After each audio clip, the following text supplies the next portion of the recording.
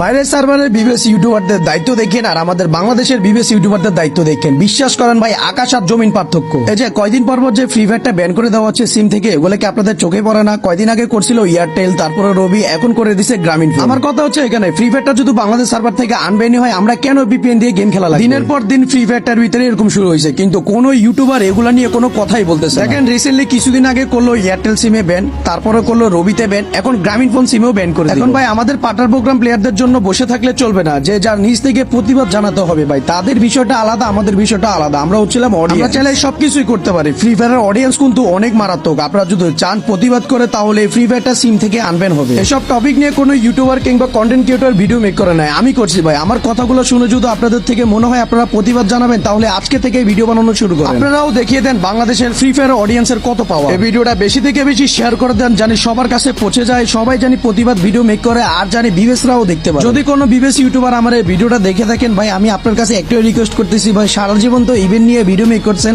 আজকে এই টপিকটা নিয়ে ভিডিও মেক করেন। দেখেন ভাই, অডিয়েন্সেরও তো সুবিধা অসুবিধা দেখতে হবে। এখন থেকে আমাদের দাবি একটাই, সিম থেকে ফ্রি ফায়ারটা আনবেন করা হোক।